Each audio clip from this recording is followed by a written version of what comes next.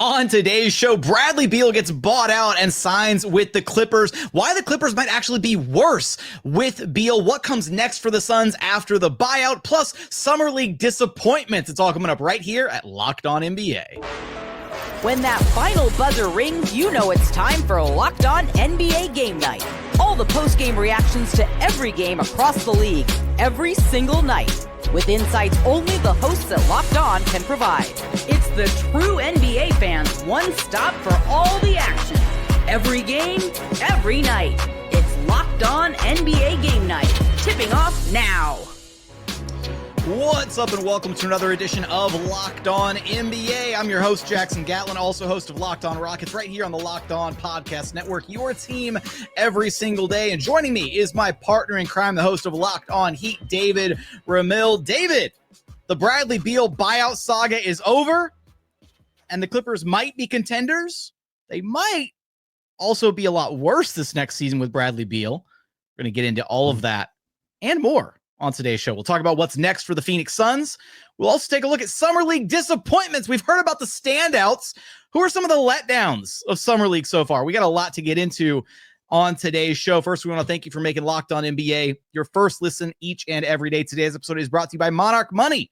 Take control of your finances with Monarch Money. Use code LOCKEDONNBA at monarchmoney.com for 50% off of your first year. We're going to get to the reactions from Locked On Clippers, Locked On Suns here about the Bradley Beal buyout, him heading to the Clippers, what comes next for Phoenix, all that stuff. But David, your immediate reaction, how are you feeling about Beal to the Clippers? Something we speculated about a little bit previously.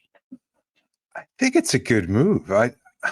I'm trying to find what the downside to it would be. And look, they trade Norman Powell to Miami. So you're losing a great scorer in Powell, but obviously with his contract demands looming in the distance, you know that it was going to be a concern for them to bring him back at whatever salary he might command. And so you're getting basically a similar level replacement in Beal. I think Beal has been kind of underrated of late. Like, I know maybe to an extent he was overrated and maybe not considered a great value given his contract and everything else like that, but he's still a top scorer in my opinion. I think he's still capable of great moments, even though we didn't see him flourish that way in Phoenix, but alongside James Harden. I like the pairing.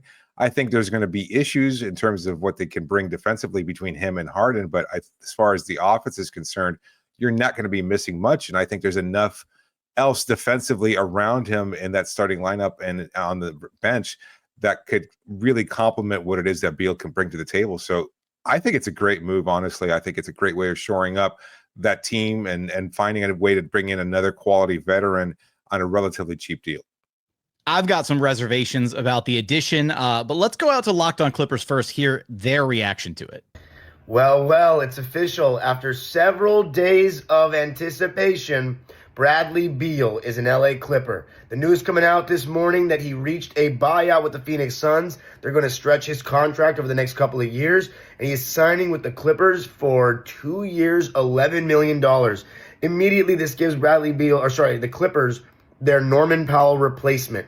Now you have that scoring in a more dynamic way, maybe not as great off the ball in terms of movement, but you can still use him coming off screens. He can handle the ball a little bit better than Norman Powell, and he can create his own shot better than Norman Powell. The concern, now with Beal in the starting lineup, as he's reportedly been promised a starting spot, you have Harden, Beal, Collins, Kawhi, and Zoo. No true point-of-attack stopper there without Chris Dunn and Derrick Jones Jr. starting. Is that a concern, given that almost every serious team in the league that contends starts a point-of-attack defender? This and more on the Bradley Beal signing on Locked On Clippers. All right, so love Darian, love his kind of insight there. That is maybe my biggest concern with this addition of Bradley Beal. Obviously, look, I think on paper it makes sense. You add a more dynamic scorer than Norm Powell. Bradley Beal is flat. He's a better scoring threat than Norm Powell is. And Norm Powell had a career year.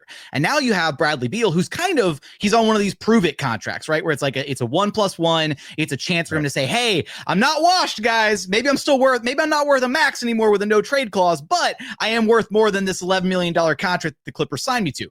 Maybe he balls out, has a great year, secures the bag next summer. But for me, the reason the Clippers had so much success this past season was they brought in, they revamped themselves with a newfound defensive identity, right? They were a top 5 defense all season long. I really struggle to see how a team that is fielding a starting lineup of James Harden, Bradley Beal, Kawhi Leonard, John Collins, and Ivica Zubac is going to maintain a top 5 defense. I was bought in on the Bradley Beal addition under the premise that maybe he'd buy into a somewhat lesser role, maybe coming off the bench, being that supplemental bench scoring need that that the Clippers would like to have to help both James Harden and Kawhi Leonard. But I don't like this dynamic of him stepping in as the third banana, because you're bringing in a guy who is a non-defensive, non-connective shooting guard. Like he's a scorer. That's what he does. That's what he does at the highest level. He's not an elite playmaker. He doesn't really elevate his teammates in that regard, I don't believe. And he's not a great defensive piece. And I don't like it. I don't like that you're bringing him in to be this, the third piece to, James Harden and Kawhi Leonard. I think it functioned a lot better when they had role players who kind of specialize in their supplementary roles around those 2 star players. But you had Powell as a complimentary backcourt player last year. And it's not that he's as bad a defender, perhaps, as Beal is at their stage of their respective careers, but he was not known for being a great defender either. And I think they still had a top 10 defense despite that. So I think there's ways around it.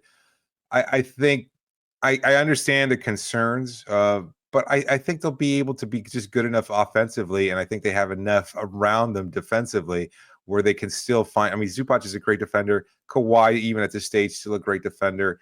Collins, that's a bit of a concern there. I think that would be more of a glaring spot for me, is that I don't think he can bring the same effort defensively. But we'll see. Maybe now that he's actually playing for something with a veteran team that's going to hold him a little bit more accountable, you wonder whether or not he's going to find a way to step up. And if that's the case, then you have 3 at least mid-level defenders surrounding that backcourt that's going to be somewhat porous.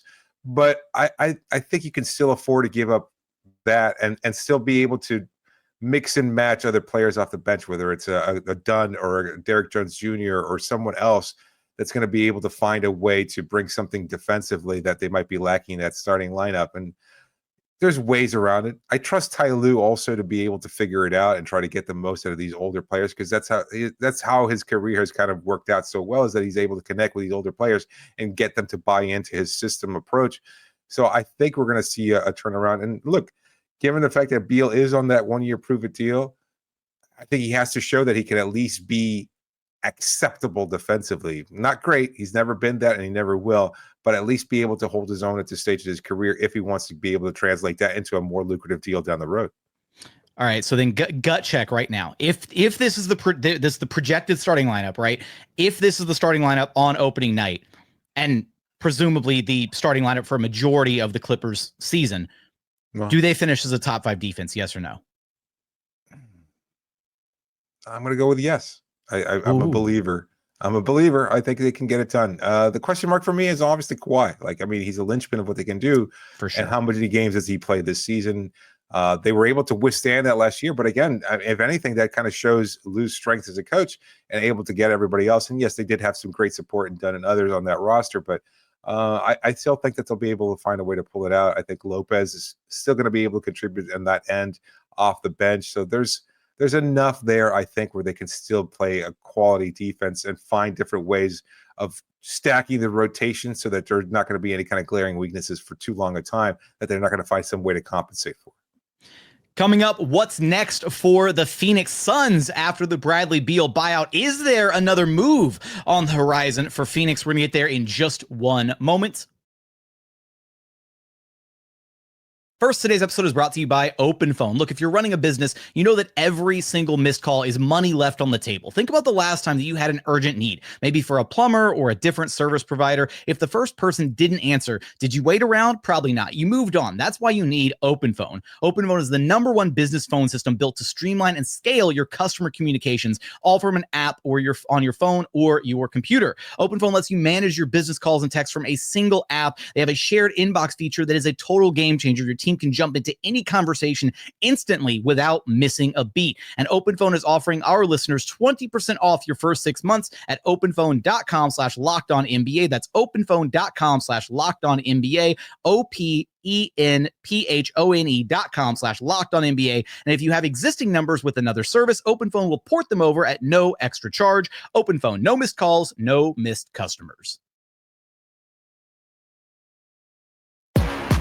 And continuing on here at Locked On NBA, thanks so much for making Locked On NBA your first listen each and every day. For your next listen, go check out Locked On Clippers with Darian Vaziri, or go check out this next show that we're going to hear from, Locked On Suns, to hear about the other end of the Bradley Beal contract buyout. Let's throw it out to Locked On Suns right now to gauge their reaction on the Beal contract buyout situation. Well, it's official. Bradley Beal has officially been bought out by the Phoenix Suns, and to some Suns fans, it feels like ding dong, the witch is dead. I'm not necessarily there.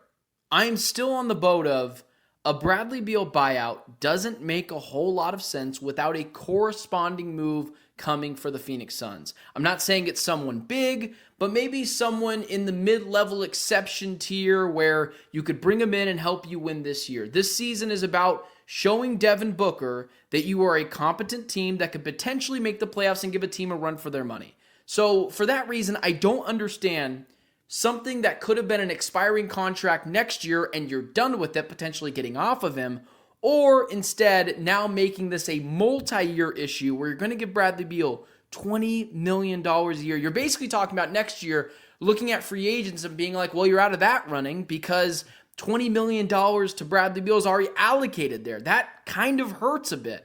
However, seeing it from the Clippers' perspective, I get it. $50 million for Bradley Beal, probably not a good thing in hindsight. $5 million for Bradley Beal, definitely a good thing for the Los Angeles Clippers.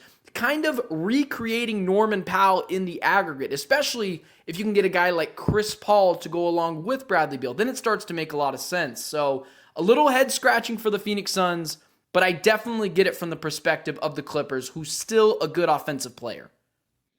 You know, David, I want to focus on the Suns here in just a second, but I also think that Benjamin brought up a really fantastic point here that we didn't even consider when we talked about the Clippers a moment ago is, you know, a lot of teams or a lot of people are speculating, man, you know, Chris Paul, a Clippers reunion. Chris Paul is absolutely a guy, though, that we've talked about probably still wants to be a starter on a team, probably still wants a substantial role on a team. But if you're the Clippers and you just promised Bradley Beal that starting spot in order to get him to sign with you, what do you do now if and when Chris Paul comes knocking? Like, will Paul be able to accept potentially a bench role on the Clippers backing up, you know, James Harden, former teammate of his, Bradley Beal, who I'm sure Paul still thinks he's a more impactful winning player than Bradley Beal at this respective stage of their careers. And personally, if I was Ty Lue and if I was, you know, a Clippers fan, I would want Chris Paul starting over Bradley Beal personally, but you already made the promise to Beal that he gets to be a starter. So, like, where do you go from here? Do we have confirmation that Beal has been assured of a starting spot? Is that part of the report from Shams? It was reported. I believe it was in, I think it was in Shams' report. I don't quote me on that. I can dig for it for a second so you can vamp for me. No, I'm just curious as to why there's this assumption, because he bought into a role where he came off the bench in Phoenix, and I guess that makes sense given the Devin Booker and maybe that you can't play alongside him because that's not exactly a strong suit either. But I don't know. I wonder whether or not he'll be at this stage of his career, if that's part of what we just talked about in the first segment. In order for him to show the rest of the league that he can still be a valuable player, will that be something that he feels he can do coming off the bench and playing the majority of the minutes? Because I think Paul will, if he does sign with the Clippers, and that's a big if he gets that starting spot, because again, he might be the better fit alongside Harden, I think you'd still be able to sub him out pretty quickly so that you could bring in Dunn and Beal as your bench backup. And then that would be a pretty good rotation there, I think, where he'll play a majority of the minutes, even over Paul, because Paul is older and it's different stages of his career. So, I mean, you could see a rotation where maybe Paul gets 10 minutes to start the first quarter, 10 minutes to start the third quarter, and maybe depending on certain situations, he could get some minutes here and there. Beal's in foul trouble, or if there's an injury or something like that. But I mean, you've also got Bogdanovich too. So can you afford to bring in Paul then? And all of a sudden you have this crowded backcourt and you want to make sure that you give everybody minutes. it just still feels like you would have different questions. So I don't know. I don't think the Paul to the Clippers is as much as a slam dunk as everybody makes it seem. Although it does. There's a lot to appreciate there because from a narrative perspective, a return to LA is a great thing. Also, he does seem to fit an obvious need there. But let's focus on the Suns for now, though. All right, we'll shift gears back to Phoenix. Now, one thing that Benjamin did mention, right, is hard to imagine doing this without envisioning or without having the plans for potentially a follow-up move on the horizon right now. Here's the thing is, Phoenix, unfortunately, they don't own control of their draft pick this upcoming season. It's owed to Washington as part of the original Bradley Beal framework trade. So right now, I guess the Suns' projected starting lineup at this stage is likely Devin Booker, Jalen Green, Dylan Brooks, which Dunn is it? Oh my goodness. I can't, it's not Ryan Dunn. It's Chris Dunn, right? Am I blanking? Ryan Dunn. There we go. It's Ryan Dunn. Ryan Dunn and maybe Royce O'Neal if they want to go with a veteran presence, if he's still on the roster, but Phoenix was shopping Royce O'Neal and Grayson Allen earlier in the offseason. Haven't had any takers on either of those contracts at this point. And then Mark Williams at the 5 spot, although, TBD on Mark Williams and his health, how effective he is. Kaman Malawach and Nick Richards still floating around there as well. If you're Phoenix, what you've done now by getting rid of Bradley Beal, you've taken yourself out of the first and second aprons. You've given yourself a little bit of the MLE to work with, but of the remaining available free agents, it doesn't really feel like there's like a significant, I guess, difference maker out there that would really elevate Phoenix. And so I just struggle to see, I guess, what the subsequent next move is. I disagree with Ben in the standpoint that I think getting rid of the Bradley Beal contract is a win. Like getting Bradley Beal gone with that no trade clause on his contract, the couple years remaining, I think it is a win moving on from Bradley Beal and removing yourself from the penalties of the first and second aprons. I just don't think it's going to result in an immediate move in the here and now for Phoenix.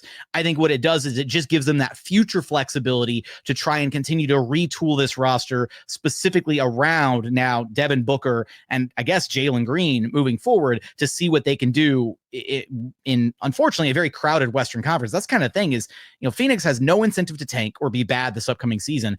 And I really struggle to see them making the playoffs at all in this West. No, David, I don't see it either. I think it's they rushed to assemble their big 3 and that failed. And now they rushed to make a move to get out of that deal too. I think they probably could have done things a little differently with Beal. So it just seems like it comes down to them trying to avoid any financial penalties of being where they were had they kept Beal's contract in there. Because I see the point also in that if they had just kept Beal, you could have used that as a trade chip next year for a huge chunk of money. There still has to be something because otherwise, no trade clause, unfortunately. So maybe it doesn't work quite as the traditional expiring deal would work. But maybe, yeah. I mean, there's always that hitch too. But given that he was bought out anyway, who knows? Maybe there might have been another option for him. I don't know. It's just. Now you're kind of facing these penalties over the next couple seasons that are kind of restricting your ability to make any additional moves because you're already on the books to pay him a pretty substantial chunk of change for the next few seasons. You can't make any kind of significant addition this year because there's no impact player there. Ultimately, what's the point? If you're going to be a middling team anyway, at the very least, you could be a middling team with an additional 20-point per game scorer on the roster rather than without it, and you're still paying him $20 million to not even be there. It just seems like a short-sighted move just to kind of clear this room a little bit and be able to avoid those financial penalties. And if that's the case, I don't know. Isn't that what they went through with Sarver before? I mean, a cost-cutting owner of the team, and just do you really want to go through that process? It's just – you made a mistake in the way you assembled that previous roster, and now you're trying to get out of it almost as quickly. And it just doesn't seem like there's any kind of substantial payoff for the fan base, other than to say, "Oh, well, we're avoiding any kind of financial penalties that we're not responsible for paying anyway." So I don't know. It feels like a short-sighted move, and I don't know that there's anything else on the horizon that they can do to make any kind of substantial improvement to a roster that clearly needs it. Because, like you said, I don't see that they're a playoff team either. I don't even think they're a play-in team at this point. I want to say I think you hit the nail on the head there. I think they tried to shortcut their way with the big 3, and then they tried to find a shortcut out of that, right? When, to me, throughout the whole KD saga before he got dealt to Houston, everything, to me, my argument was simply just, look, like, if you're the Suns, you just got to bite the bullet, take your medicine. You tried, you went in with the big three and it failed. Now, like, it's time to hit reset, but not like this, BS kind of retooling around Devin Booker. Like, hit the reset button, right? Trade KD to a different team other than Houston. Trade Devin Booker back to Houston and get your picks back, and then bottom out and, bite the bullet of being bad for a few years. And, just hopefully you come away with a lot of top talent. You can feel a little bit better about having, a clear direction for the franchise. Instead, now you've done all these moves and Booker's, you're building around him, and Booker's loyal to Phoenix, at least for now. We'll see how long that loyalty ultimately lasts for, but, not long. And so I don't know, man. I fail to see, where this Suns team suddenly has the talent to compete in this stacked Western Conference. If you look at the West, the state of the Western Conference is ridiculous right now, to where you have, I think there's, on paper, David, there's only one team that has zero interest in being in the playoffs next year of 15 teams in the West, and that's the Utah Jazz. They're the only team that isn't trying to hide the fact that they are going to be awful next year. I will go so far as to say that, like, the Kings are going to be bad, but not by choice. Like, so they won't make it. I think they'll safely be in the bottom 5. I think the Blazers will likely miss it because of other teams just getting significantly better, even though they showed some promise and took some steps forward this past year, 36 wins. But I just don't see how they're going to, supplant one of the other teams higher up in the pecking order. So I think Portland will be in the bottom 5 there. Sure. And then you get into the mix with, like, I don't know. Then you have, like, that next tier of teams, the Mavericks, the Suns, the Spurs, all kind of fighting for, one of those remaining 2 play-in spots. And that's where I think I don't see the Suns team better than the Mavericks. And I definitely don't see them better than San Antonio. Absolutely not. So I don't know what you're playing for at this point. I don't know why you're making this move. They're operating like a team that doesn't have any interest in winning. And if that's the case, then that's not exactly what you want to show Booker. So I think, Benjamin brings up a good point, that you're trying to showcase that you have some kind of a clear plan and a way of implementing that. And it seems like the exact opposite, at least to me. I mean, unless they're able to pull off something in the short term that we don't see coming, or maybe even at some point this season. But again, I think they're kind of limited in what they can do. And I think from Booker's perspective, one run to the finals is fun, but there's been a lot of mediocrity and worse over the course of his career. And I don't think that you're really showing that there's a commitment to doing something better at this stage of his career. Because I don't want to say time is running out for a player like Booker, but I think it's clearly an imperative for him to win and win at a higher level. And he's not going to be able to do that in Phoenix anytime soon. He's going to issue a trade demand before he turns 31. I'm calling it now. Like, we can dig up these receipts a couple years from now, but it's coming down the pipeline. Suns fans, get ready for it. D-Book is going to ask out. He got his extension. He secured the bag, and he's going to coast in the desert for another year or two. And then he'll be like, yep, get me somewhere to where I can actually win a title. Sorry, Phoenix. On to the next one. All right. Coming up, Summer League disappointments. We've heard about the standout players of Summer League. Who hasn't lived up to the hype? Who hasn't met the expectations of Summer League? We're going to get there in just one moment. First, today's episode is brought to you by Monarch Money. Do you ever wish managing your money felt easier? With Monarch Money, it can. Whether you're growing your savings or planning a big purchase, Monarch puts you in the driver's seat. It's like having your own personal CFO, giving you full visibility and control over your finances. Monarch Money is more than just a budgeting app. It's a complete financial command center. You can track all your accounts, investments, and spending in one place. So in addition to managing your money, you are also building your wealth. Look, when I started using Monarch, I'll admit I was a little disappointed and frankly embarrassed at how much money I was spending on food. Like, I'm talking like dining out at restaurants, getting fast food, ordering takeout, getting delivery, like all that stuff. It was just adding up so much. Now with Monarch Money, I budget smarter and save more. So take control of your finances with Monarch Money. Use code LOCKEDONNBA at monarchmoney.com for 50% off your first year. That's monarchmoney.com, code LOCKEDONNBA for half off your very first year. And final segment here at Locked On NBA. All right, David, we've heard and we've on this very show talked about some of these standout performances from Summer League, but what about some of the guys who haven't quite lived up to the hype, who haven't quite met expectations set out for them by their organizations, by the fans. And let's do it. Let's talk about some of these names. And I want to start with one here. And this is going to be a controversial, maybe a bit of a controversial take, but I want to springboard it into some of the other names here. Given all of the hype surrounding this past year's draft, and with one name in particular, with so many teams, trying to quote unquote capture the flag, in his 2 games with the Dallas Mavericks before being shut down for the rest of Summer League, did Cooper Flagg disappoint in his play for the Dallas Mavericks? Would you lump him in the disappointment category? I think so. I think we didn't get the kind of breakout performance that you expect from a number 1 pick. Like, he was solid in one game and kind of disappointing in another.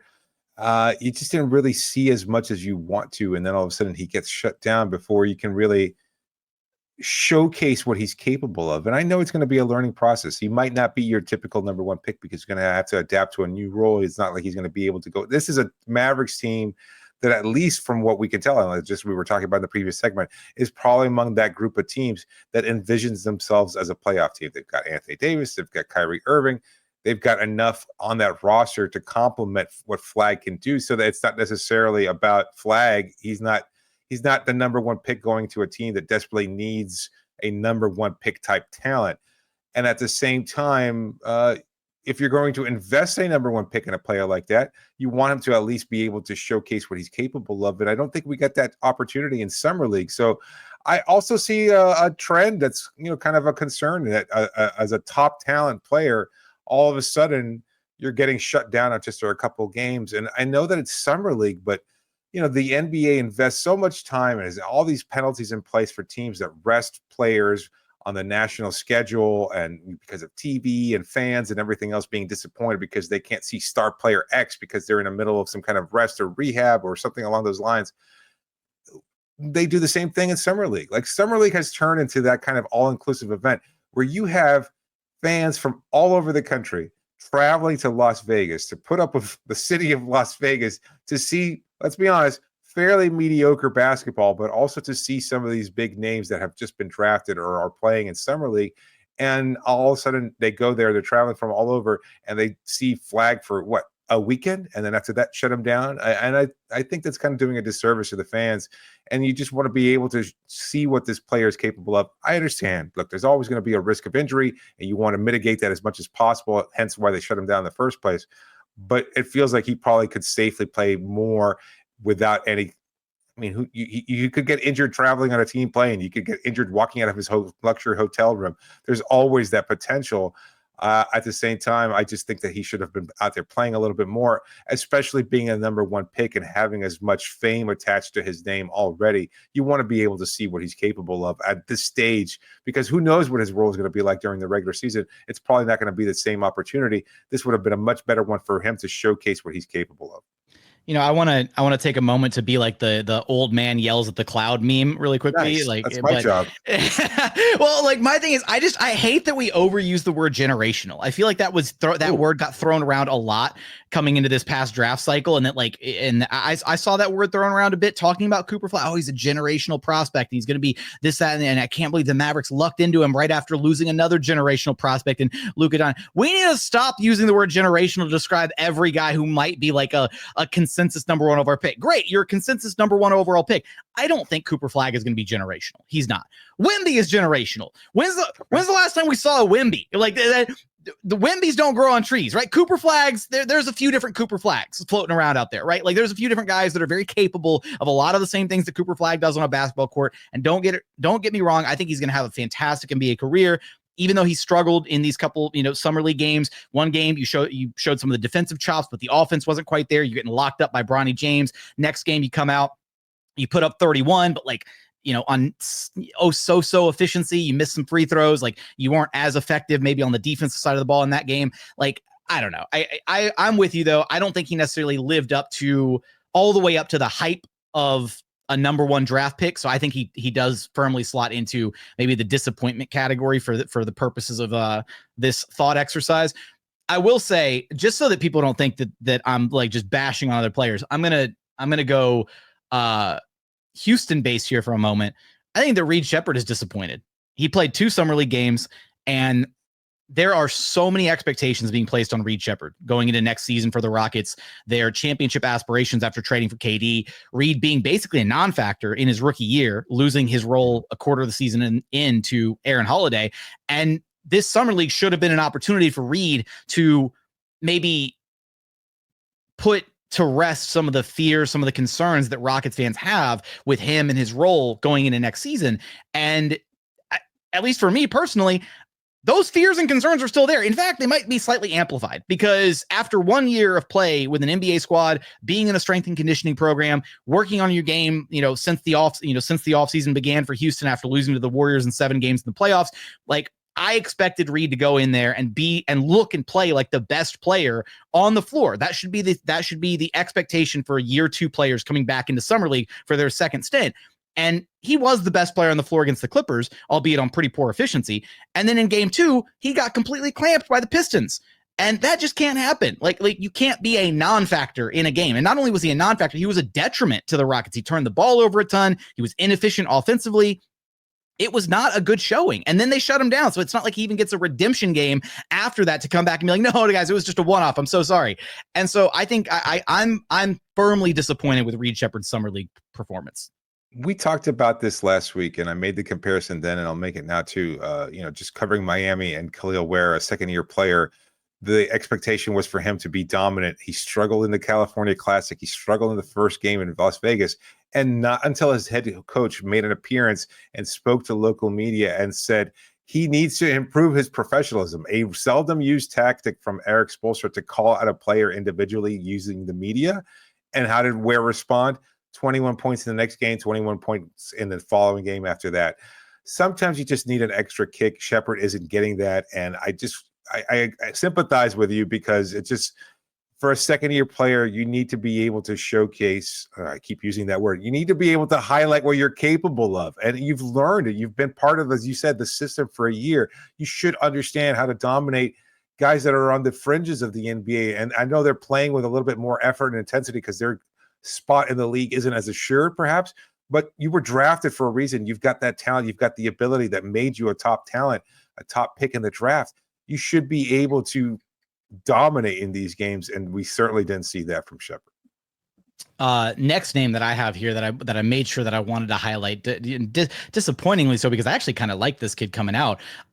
Jeremiah Fears has been anything but good in summer league so far. Now, look, there's some flashes of the scoring talent there, but for a point guard who through his first 3 summer league games had 16 turnovers to only 3 assists in his first 3 summer league. Look, summer league is not pretty basketball. It's ugly. It's choppy. It's an open gym environment. And these guys, you get thrown together, on these practice squads, like 4 days before getting shipped out to Vegas. You barely, sometimes you don't even know these teammates before you get on a plane and, meet up and head out and start playing together. It can be choppy. It can be ugly, but that is an unbelievably horrid assist to turnover ratio. And some of the decision making on the court has been problematic, to say the least, at times. There's moments where like the physicality is there, the toughness is there. He's very clearly a guy who won't back down. He's picked up multiple technicals, got ejected at one point, but he hasn't really run the Pelicans offense the way that you would want a future point guard to run the show. And I think that's not something you just grow into suddenly. Running the point is arguably the hardest job on a basketball floor. And I don't think that Jeremiah Fears is suddenly going to learn how to be a point guard overnight. It looked bad in summer league, man. He did have a bounce back game today where he scored 22 points, a little bit more of a solid showing there perhaps. But yeah, I think those same concerns that dogged him going into the draft might follow him for a little while longer. The difference being that he's joining a Pelicans team that probably doesn't have high expectations for next season. So what could be a disappointing rookie season kind of seems par for the course. Joe Dumars doesn't think they're going to be anywhere near the lottery. So let's backtrack that statement, David. Okay. He firmly believes that the Pelicans are going to be in playoff contention mode this next season. So clearly some high expectations coming out of the Pelicans front office. Well, that's just because they have another generational talent on the roster in Zion Williamson too. There it is. There's that buzzword. Love those. Oh man. No, I look, yeah, good-ish bounce back game for him. 22 points on 8 of 15 shooting. Did have 6 assists in this most recent one against the Thunder, although they got blasted in a 14-point loss, 95-81, and still racked up another 4 turnovers. So Summer League is all about the overreactions, both good and positive, and so far with Fears, I think it's been anything but positive, I guess, at least in the playmaking department specifically.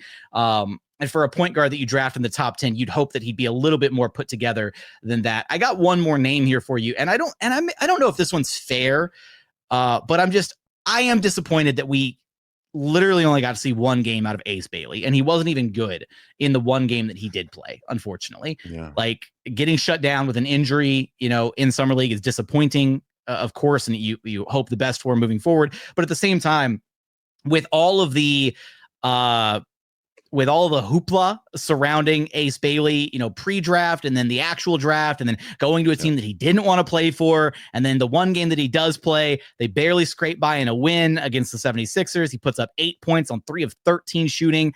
It didn't look pretty, didn't look great. And then to miss the rest of Summer League, like, if you wanted to put a tinfoil hat conspiracy theorist thing on, you'd be like, oh, he's sandbagging the Jazz already. He doesn't want to be there. I don't think that's it. I think the injury is legitimate, but I think he has to go in the disappointment category as far as, being a top 5 pick and seeing pretty much nothing out of him. Yeah, I think that's fair. I mean, it also goes to show that sometimes in Summer League, you just get these standout performances from guys that probably won't even make an NBA roster. Like, you'll get a 30-point outing here or a 40-point outing, not necessarily a 40-point. Let's say a 20 to 30-point outing somewhere in there from a player that might not even is likely to spend most of the year in the G League if they're lucky.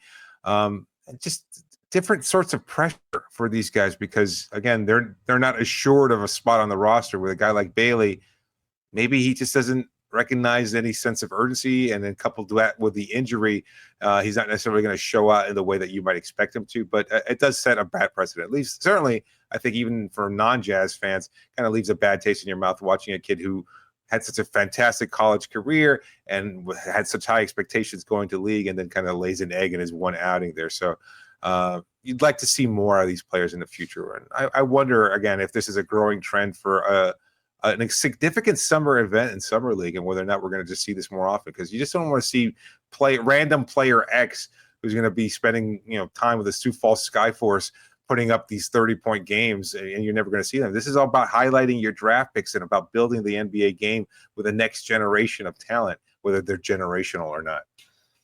We want your thoughts. We want to know, who were your Summer League disappointments? Who did you expect to see more out of but didn't during Vegas Summer League? Plus, we want your thoughts on the Bradley Beal buyout. What comes next for the Suns? And are the Clippers contenders, or are they potentially going to be worse with the addition of Bradley Beal? Give us all your thoughts in the YouTube comments. Until next time, that's going to do it for David and myself here at Locked On NBA. We'll catch you guys on our very next Locked On NBA show right here on the Locked On NBA feed.